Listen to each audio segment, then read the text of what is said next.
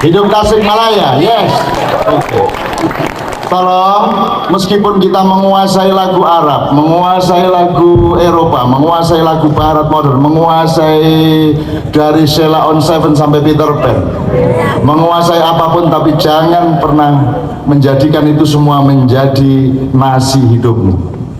Itu semua lauk pauk. Yang nasi adalah Sundamu, Jawamu, Indonesiamu. Gitu. Jadi kalau orang Tasikmalaya mau blues bisa, mau Arab bisa. Emang orang California bisa Sunda? Nggak bisa kan? Bisa orang Arab kok gundul nggak bisa orang Arab. Kalau orang Jawa, orang Sunda, azan sehebat apapun di Masjidil Haram lebih bagus azan di Jawa Barat. Betul nggak? Jadi yang memimpin dunia cocoknya siapa? Orang Indonesia, betul nggak? Orang Indonesia. Ntar kalau ngelawan Arab kita kasih Sunda, ntar ngelawan orang Eropa kita kasih orang Jawa, ntar ngelawan Jepang kita kasih orang Bali. Kita punya bahan-bahan macam-macam, dan kepemimpinan dunia tidak hanya bisa lewat politik, tapi yang akan datang kita harus ngomong peradaban, al-adab, at-tamadun, ya. Peradaban. Dan kalau sudah ngomong peradaban, siapakah yang paling kaya kebudayaannya di dunia ini? Indonesia. Indonesia itu apa? Apa yang nggak ada? Udah sebut satu yang nggak ada di Indonesia. Apa? Mau dandanin handphone rusaknya kayak apa? Bisa kita. Di kecamatan paling telecek orang nggak tahu bahasa Sundanya apa. Paling telecek. Pabalaka ada di mana-mana, ada di mana-mana. Itu yang bikin Concorde, yang bikin pesawat Concorde, yang di NASA pesawat luar angkasa, itu insinyur-insinyur Indonesia sangat berperan di sana. Karena di sini tidak diberlakukan, kan itu. Tapi pokoknya kita menguasai dunia, jangan khawatir. Kita sekarang rendah hati, nggak apa-apa diajak-ajak orang dulu, besok kita jitak kepalanya mereka semua. Kan itu, oke.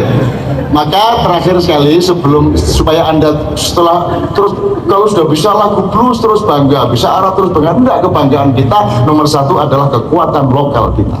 Maka sekarang kayak Kanjeng saya minta, kalau dari Jogja itu gini loh, orang lokal tuh nakalnya kayak begini, kalau di Sunda bagaimana, Bandung, Tasikmalaya bagaimana, tolong digali lagi supaya kita ini punya kenakalan-kenakalan. Kalau hidup enggak nakal tuh apa gunanya? Motor lanang gini-gini tuh, laki-laki tuh ya harus merokok, ngopi, itu kan masa laki-laki nggak ngopi, nggak merokok, nggak gondrong, nggak kumisem, nggak pacaran, nggak terus ngapain lo?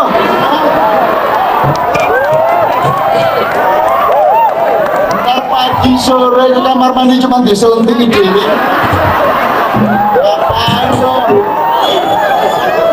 Dan tidak Arab minded. Datanya Islam itu justru karena banyak sekali kecenderungan karakter dan peradaban Arab yang sangat merusak manusia dan dirinya sendiri. Jadi ini Arab ini justru banyak ngaco nih, Pak. Maka datanglah Islam kan gitu. Jadi misalnya orang Arab ngomongnya mesti keras. Allahu Akbar, Masya Allah. Allah Arab. Datang Muhammad dengan kalimat yang sangat lembut. Muhammad ngomongnya lembut dan selalu menundukkan muka. Orang Arab ngomongnya selalu begini, Masya Allah, kaifa halukum. Sementara haram khair, harim. Kita umroh ke sana, kita mau ziarah kubur, makamnya Rasulullah jelas, makamnya yang lain jelas, tapi makam Siti Khadijah di mana, makam Siti Aisyah di mana, kita tanya sama polisi Arab, ya Ustadz, aina maqam Siti Khadijah? Dia jawab, wallahu alam.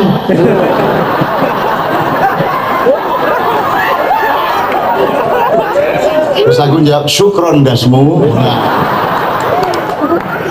Nah, itu jadi sama sekali tidak benar kalau orang Islam itu Arab minded. Jadi memang harus ada pembenahan dan recovery ilmiah untuk membedakan mana unsur Arab, mana unsur Islam. Meskipun ada sejumlah unsur Arab yang juga bagus yang dipakai oleh Islam, ya, misalnya daya menghafal, sastra, ya, keberaniannya untuk egaliter, Karena di Arab itu, di Mekah itu Pak, ketika Muhammad datang itu tidak ada hujan, tidak ada pohon satupun, even rumput sehelai tidak ada di Arab. Yang ada akses ekonomi pada waktu itu hanya satu, yaitu air Zam-Zam.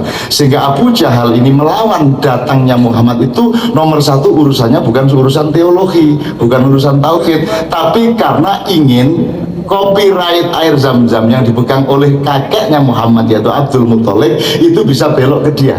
Sebagaimana Demak, Majapahit, Demak, Pajang bisa belok ke Ki Ageng Pemanahan dan Panembahan Senopati yang sebenarnya bukan terusannya kerajaan Demak sampai hari ini, ya.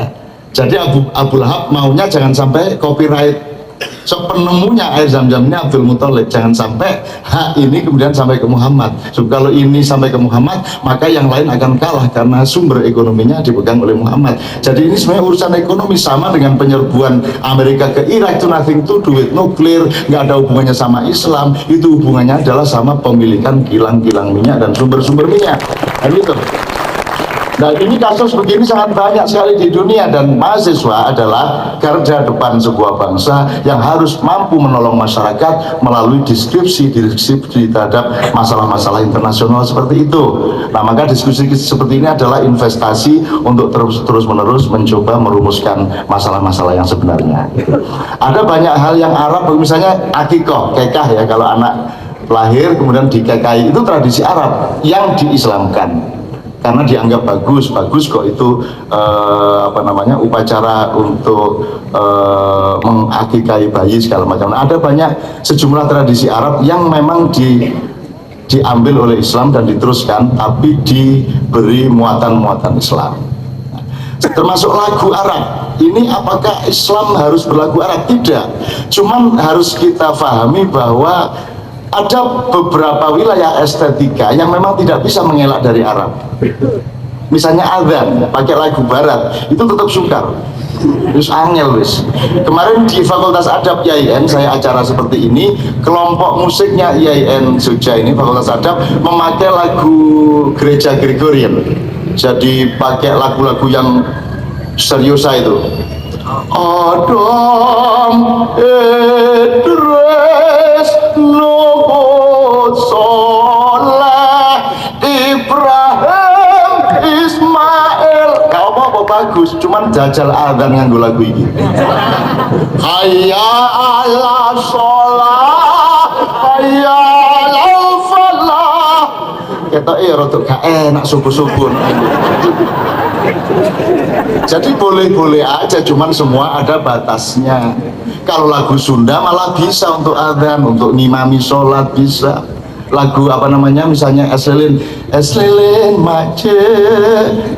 Terus apa ya?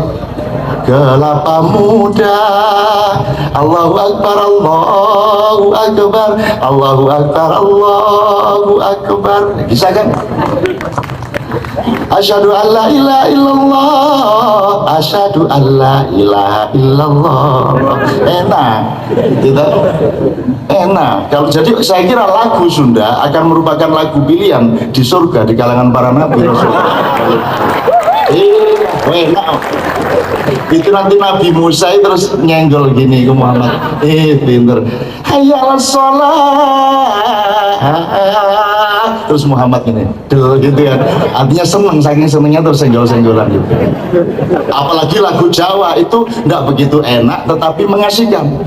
Nah itu nabi-nabi itu seneng, nabi waduh ono air-air itu kan.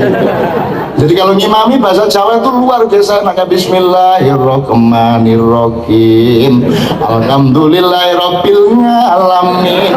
Arrahmanirrahim. Maliki yaumiddin. Iyyaka na'budu wa iyyaka nasta'in.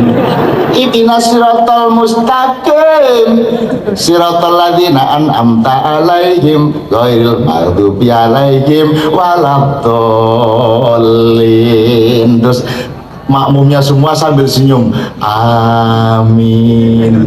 Aku tanyakan kepada ulama, tanyakan kepada Ustadz Miftah Farid, Ustadz amin sambil tersenyum boleh enggak? Coba tanya besok. Nanya aja, habis kalau seneng masa nggak boleh tersenyum? Wong bibir nggak dikendalikan siapa-siapa, hati seneng langsung bibir senyum kok. Karena ada organisasi di badan kita kan gitu. Kalau kentut pantatnya, yang malu siapanya? Apakah pantatnya ikut kentut? Nah, jadi kalau DPR dapat 10 juta karena dia derajatnya begini, pantat kentut malu nggak pantat? Yang malu mukanya. Jadi kalau DPR dapat 10 juta kentut, malu nggak dia? Nggak, karena dia adalah ini salah yang logika.